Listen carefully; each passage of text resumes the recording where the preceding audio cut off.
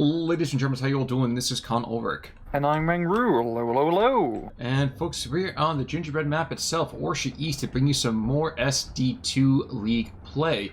And Rang, something as wonderful is happening here. I see something that's not just two Vanguards. Who do we have? On the left-hand side in blue, we have YueJin playing as Panzer Lehr with a Vanguard income. And on the right-hand side in the red, we have ourselves Gonzo playing the second New Zealand with, I think that's not a Vanguard income. If I recall, that might be a balanced income. That's I think impossible. this is the first time we've seen a non-Vanguard income in what feels like a month at least. It definitely does feel that way. It definitely does feel that way. And at the same time, actually, too, we're seeing for the first time, I think, since the second New Zealand came out, a full field engineer opening, which is still not going to go particularly well for them. They're going to get forced to debark over here in the north. And I was saying to you just before we really got started with this, I feel like people are still trying to figure out how to play the New Zealand, and you opined that they were the third Canadian, just a little sexier. And my first comment was, how can you say that about your countrymen? I'm just saying. Yeah, I mean, they're a pretty good division. I feel like they can make it work because the infantry is pretty interesting. The oblites, which I gave a lot of crap early on, are not that bad. But they're your classic Sherman spam, and Sherman spam is definitely in vogue right now. Well, that's the thing. I mean, you need to have those stabilizers. You need to have a good time with that. I guess the question kind of is, we know Panzer Lehr tends to be light vehicle central, as well as really kind of pushing that tempo. How can the second New Zealand kind of play off that? How can they delay? I think it's going to be... The problem against fighting Panzer Lehr is majority right now, YueJin has a bloody Panther D and is also getting Jagdpanzers out with pretty nasty armoured pieces to deal with as New Zealand does. In Gonzo's deck, he only has Wolverines as his heavy anti-tank weaponry. So I think those tank fights are going to be a little bit difficult, but you do have pretty good infantry of New Zealand, and by God, you get a lot of them. Indeed. Indeed. I mean, if you're looking right now, it's 94 to 46, so a 2-to-1 advantage if my maths are pretty accurate there. And Panzer Lehr really, I mean, except for like recon, basically gives away advantage in nearly everything. I'm actually kind of excited to see maybe Boston's come over here and see. Oh yeah, they also got the really awesome air power from New Zealand. But yeah, overall, like, the early start for Gonzo's worked really well. The northern flank of the field engineer rush worked because the field engineers have the jeeps, which allow them to get into the front very quickly, just kind of like how early on in the game's life cycle we saw Sapri PPSH rushes. The center point is definitely looking a little bit better for YueJin, as he still has that Panther up and running, but at 6-pounder is going to start rewarding him array. Yeah, I was going to say, this is the Commonwealth, so we have, it definitely is a 6-pounder. It's not a 57 mil, which is weird for me, because as an American, we don't even use metrics, so... Yeah, it's weird. I think they probably call it, like, the 2-inch gun, 2.5-inch, however many inches 57mm is. Well, 2.2 centimeters, so just over 2 inches? 2-inch, maybe a 2, yeah. Yeah, I don't know, it's too much math right now. It definitely is, it definitely is. Now... One thing I was going to kind of talk about over here is that we look down to the south. We see that, oddly enough, I kind of forgot that New Zealand gets MG42s, which doesn't sound like it's really that funny until you realize that it's like, there's MG42s everywhere. So it's like Boyton material, but not quite. Like, I'm not sure how I feel about it. Like, I want desperately to like it, but... Yeah, and then they go all Lindy Bates by calling it a Spandau. Uh-huh. Yeah. But anyway, I mean, the main thing is that YueJin down south has got a very good position capturing the little farmstead areas of some pioneers. I don't know for how long, because there's not... I mean, he has the Jagdpanzer spot. Nice. But you're going to have a bunch of infantry coming as well as a Sherman, so we'll have to see how well some pioneers can hold. Well, yeah, and the Jagdpanzer is not in the most advantageous position. I mean... It's not the easiest place to use the Jagdpanzer in the lower third, but if you're going to, you might as well stick it in the saddle between the hill where he is right now and the next kind of forest right there. At least you can look down the road and get a good, 500, 1,000 meter coverage.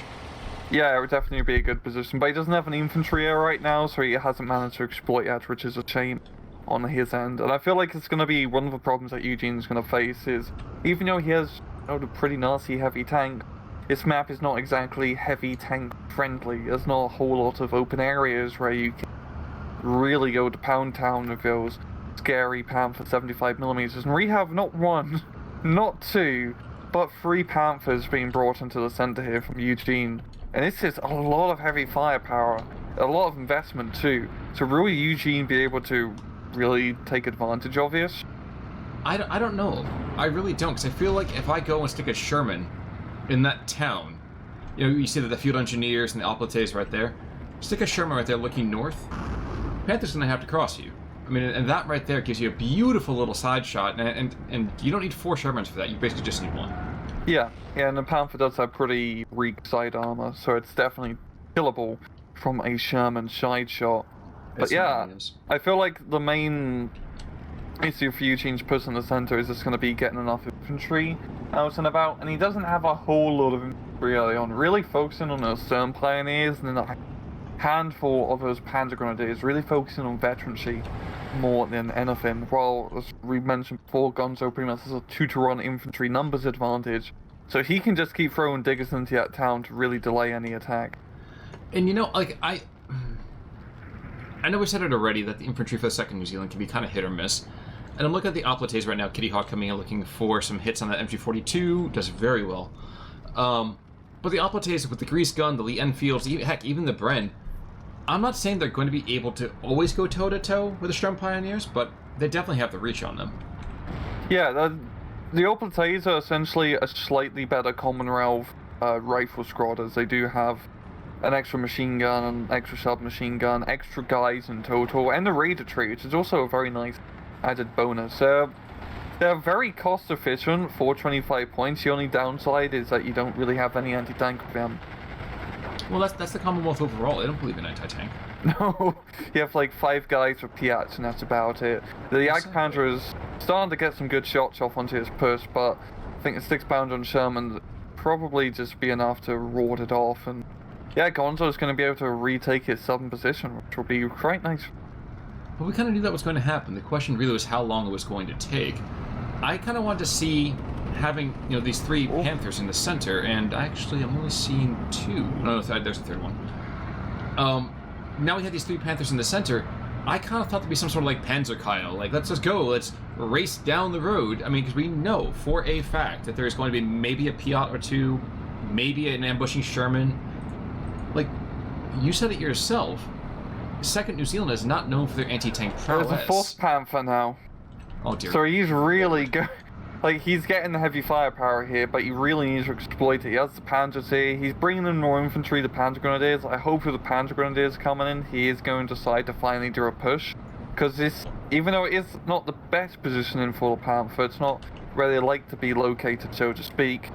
Like you said, there's not too much anti-tank here. It's Wolverine being brought in, but even then, that's not super scary in a one-on-one against the Panther. Well, and that's the thing, too, is that a 76 gun is not going to be efficient or effective, really, when the armor is paper thin. Yeah. And then in one-on-one, it's not going to work. But yeah, we are going to be seeing that push finally developing as all the Panzers and infantry are rushing on through. A very... Like, this is a lot of heavy armor. Most we've seen in a 1v1 replay for quite a while. You mean as opposed to one that kind of comes out and gets taken out and comes out and gets taken out and comes out and gets taken out? Absolutely. Yeah. Which is always embarrassing. Yeah, I mean, just understandable. Yeah, like it's just such a huge concentration of Panthers, especially in A phase. So of course YueJin is playing a Vanguard income, so of course you're going to be, you know, if you're going to get Panthers, you might as well get them in A phase.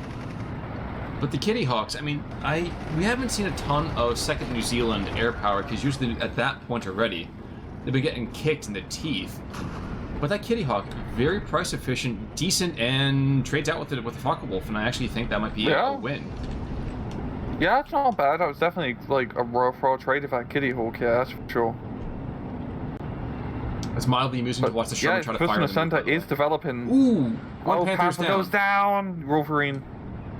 Sherman goes down too, big deal. I get 5 more of those in a second. 6-pounder is in a very good position to get an ambush shot. Like we said, Panthers don't have great side armor, so they can go down to these ambushes, but so can a Wolverine if it gets into the wrong side of the Panther, and that is being right in front of it. Well, there's 2 more that are still on the low side of the slope. So, you know, when the Panthers come forward, all they do is load hyper shot, they're fine, you know. Yeah.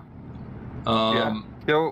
I think the main thing here for Gonzo is that the southern side of the map is pretty securely under his control, as he managed to get that farmstead back, but he still controls the southern end of the central hill, and I do like his Sherman position where it has a sight damage, so that is a pretty sneaky spot to shoot stuff, but without any sights, he's not going to be able to spot anything to shoot.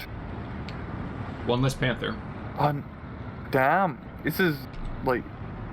I mean, Gonzo has lost a lot of territory, but he is knocking out his all-important Panthers, which is... And another Panther. Going to be key. Oh, god damn. All the Panthers from A are gone. Now, to be fair, there's a potential to see 12 more Panthers and a ton more P4s, but I'm far less wetting my pants at the notion of fighting P4s than I was fighting Recon Panthers and just really all that madness. Yeah. Like, YueJin has managed to get the geographical advantage by capturing the hill, but he took a lot of material losses taking that. So the question is whether he'll be able to hold it. Because once you capture the hill, it is relatively easy to hold if you manage to get stuff along the slope to shoot down at enemy reinforcements. But Gonzo is gonna rush right on in with some oplites to control the forest, and also drop in some off-map to really scare anyone who just dare take his territory.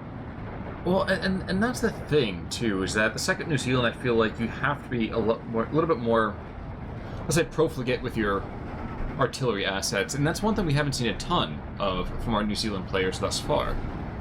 We do see that there is a card of mortars over here from A. Of course, nothing got brought in because everyone mother loves the off-map, which just got taken out.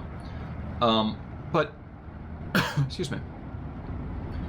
I feel like that's a way to play second New Zealand. You need to have that distance material. You have to stress the things out because you don't have that kind of anti-tank firepower to really go and compete with a lot of these heavier divisions.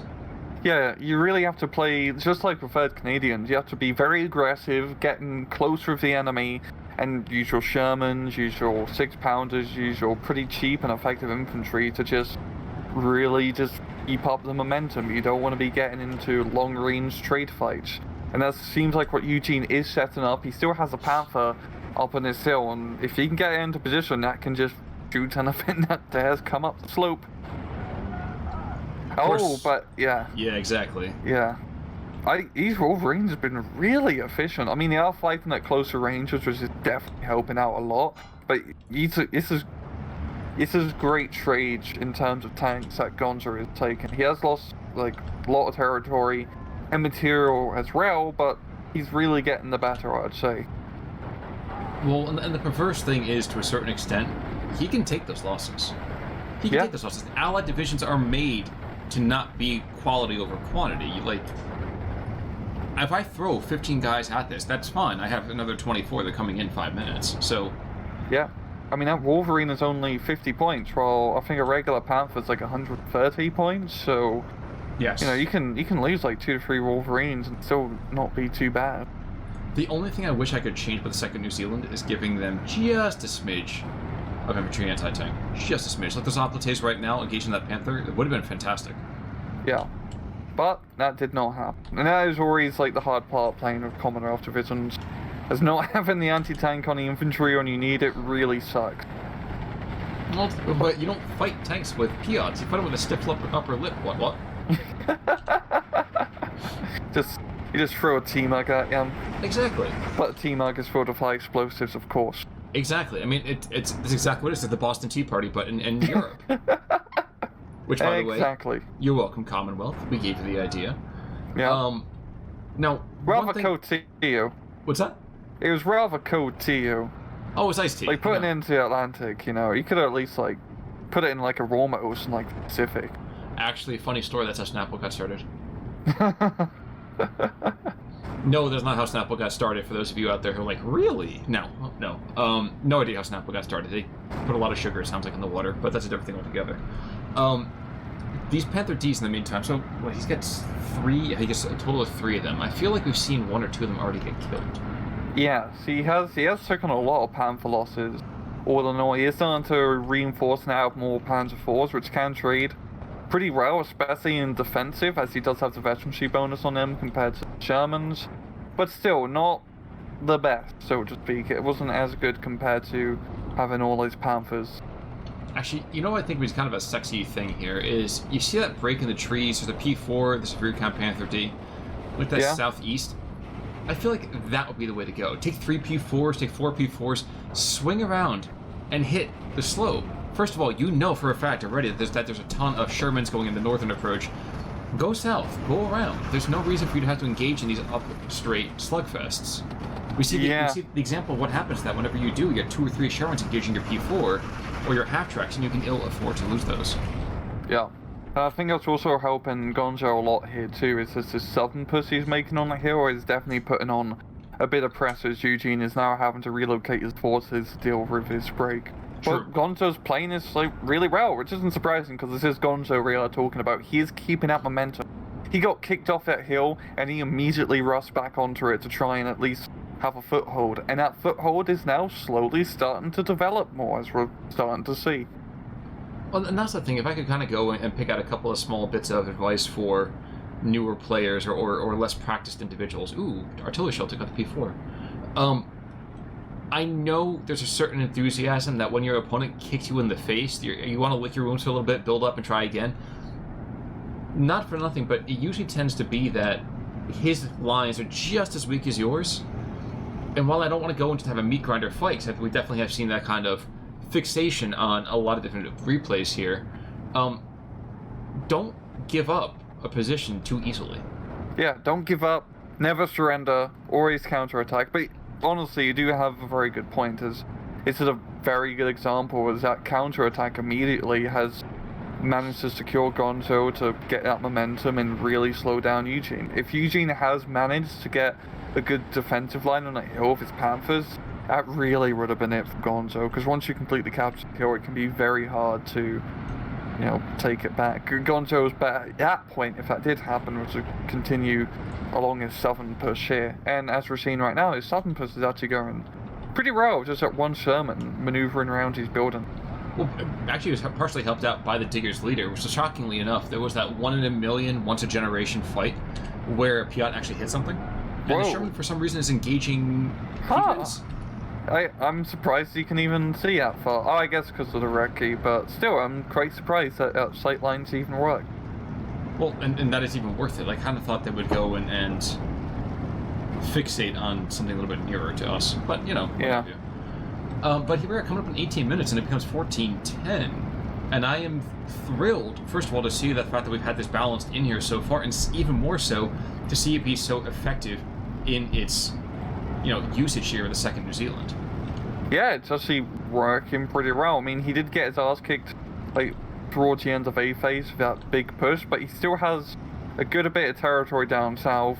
For now, as I'm just seeing this new push develop here from YueJin, which I'm quite liking. His central push is pretty much gone down the toilet, so he's trying to open up a new flank and try to relieve a bit of pressure up in the center by pushing down south. But I don't know how this is going to work. His Panzer Grenadiers are on foot, and they're going to take a little bit to get into that farmstead, which is going to give Gonzo some time to bring in some reinforcements here. Yeah, and that's something I was going to make a comment about as well. So I like seeing these half tracks move forward, but it's a little hard to consolidate your ground when all you have is a couple of rinky-dink, 25 mil armor plates. Yeah, and he's a lot bit cautious moving up his tanks until the infantry and half tracks really secure the hill and the farmstead area, which is really the literal firepower of that push. True. Forgive me, I was watching as the Greeks continue to take back this central position between the Shermans, pushing back Sturm Pioneers, which again, we wax rhapsodic about how the Sturm Pioneer is such an effective unit in certain circumstances, and we're finding at the limit of those circumstances right now. Yeah, Flamethrower isn't going to help you too much against a Sherman. In this game, at least. That's true, yeah. Yeah. In Men of War, it's a different story. And I don't think Company of Heroes think Company of Heroes is completely worthless. Yeah. It's absolutely worthless. Been there, tried that, doesn't work. No offense for anyone who plays Company of Heroes, it's just not a cup of tea. Oh no, honestly, there's a lot of fun stuff about Company of Heroes. That's the reason I found my weird kind of half obsession or half session with the Sturmtiger, which is so much fun to use. We have a suicidal links going through. What the hell? What are you doing there, buddy? What was the plan? We'll never know now he's dead. Yeah, I think it was because, like, you know, there's the Wolverine, and while Lynx is a pretty cool cat, Wolverine's cooler. Like, you can't beat the name Wolverine at this point. Yeah, it's true. True. It's a pretty kick-ass name. Exactly. I would name a high school after it, that's for sure. I would name a rebel faction. You know, if I ever had to fight the communists, maybe. Yeah, exactly. Exactly, Khan. Now down to the south, was this a Willie's OP? Yeah, so I'm not sure if that's the last OP, but geez, Panthers are getting taken out, P4s are getting taken out, and this entire push is now not even stillborn. That thing is DOA. Yeah, I mean, that Sherman flanker on the Panther is absolutely clutch. Like, once again, really showing just how good aggressive positioning can be effective, and also one of the downsides of using, as we're seeing, Panther spam in this map. It's dangerous. You can get easily flanked on a map like this, and those Panthers do not like getting flanked. No, they do not. And one thing I'm noticing thus far is we actually haven't seen any kind of anti-air over from Panzer Lehr. Yeah. So to me, I'm wondering if it might be a good idea just to bring in a Boston and just play for time. Here's Kitty Hawk going after that platoon. Oh no! Wow! Whoa! I don't know if that Panther was like hit before, but still, like this has been a very bad day for Panthers, Khan. Yeah, well, I mean they definitely were endangered before, and I'm kind of worried right now that they're going to be extinct here. But yeah, just seeing how the income is, like Gonzo has Revered the Storm, he now has a 55-point income over YueJin, and he has pretty good momentum. Nope, 500 pounds of explosives apparently is enough to kill a Panther. Wow. I mean, I'm not too surprised, but I'm still kind of surprised. Yeah, I don't know if something got changed over here in a recent patch. I don't think so. I don't think so. I think because it's like a pretty precise bomb. Yeah, it's like a dive bomber. Because usually those types of bombs are on like high altitude rotation bombers, which are a little less accurate. But anyway, nonetheless, YueJin Sharendos, and that's a really good game from Gonzo. Like, jeez. Absolutely, and I mean 1,200 difference between the two. I mean, about 1,100 actually. Excuse me. But overall, I mean, just solid trades. Oh, hey, there was an anti-air position that got taken out by a Sherman 3. But just solid. I mean, the Sherman's definitely the highlights of the game. But not to be outdone. I mean, like, even the infantry was still very, very effective in what they did. Unfortunately, it just wasn't enough. Yes. I feel like YueJin playing that Panther spam on that map just did not really work for him. I feel like on a map like Slusk or something else that's a little bit more open, like Saskatchewan as well, it definitely could have run a little bit better, but when you're fighting close quarters, those New Zealand blokes are very nasty troops. You know that Panzer IV? He did pretty good. Sure. Yeah, he was more effective in the Panthers. Well, and that's the other thing I was going to make a comment about, too, is I really kind of wish we had seen more of an air play from Panzer Lehr. I know it's an unpopular idea, but I feel like if you go a little bit of extra air power, it takes the stress off of your ground troops. Yeah, I also felt like as well, if you were going to play Panzer Lehr on that map, in that matchup, in hindsight, Panzer IV spam probably would have, and probably a little bit more Nyak Panzers, would have been the way to go.